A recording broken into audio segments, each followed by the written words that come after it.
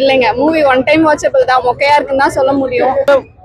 படத்துக்கு வந்தவங்களுக்கு டக்கா இல்ல படம் பார்க்க வந்தவங்களுக்கு டக்கா இல்ல படமே டக்கா தான்? படமே தக்கதான் இருக்கு. காம்பினேஷன் ஓகே தான் சொல்லலாம். ஓவராலா மொக்கையா தான் இருக்கு. சொல்ற மாதிரி ஒண்ணும் இல்ல, வேஸ்ட் தான். அவுட் ஆஃப் 10 க்கு எவ்வளவு ரேட்டிங் கொடுப்பீங்க? சாரி, அவுட் ஆஃப் 10 க்கு எவ்வளவு ரேட்டிங்? அவுட் ஆஃப் 10 க்கு மேபி எனக்கு பிடிக்கலங்க. என்னங்க ஆச்சு? ஒய் என்னாச்சு? உள்ள வாங்க. எஸ்டிஆர் செத்தது எனக்கு பிடிக்கலங்க. எதுக்காக செத்தாங்க? ரிவெஞ்ச் கரெக்ட்டா? கமல் சாவடிக்கல, அவரே செத்துட்டாரு. ஆக்சுவலா மூவில யார் வில்லன் ரோல் பண்ணிருக்காங்க? கமலா இல்ல எஸ்டிஆர் வில்லனா இருக்காரா? எஸ்டிஆர் பண்ணது கொஞ்சம் தப்பு தான். எஸ்டிஆர் பண்ணது தப்பு தான். ப்ரோ, நாயகன் படம் பாத்துக்கிறீங்களா? நாயகன் மாதிரி எடுத்து வந்திருக்காங்க, ஆனா நாயகன் மாதிரிலாம் இல்ல.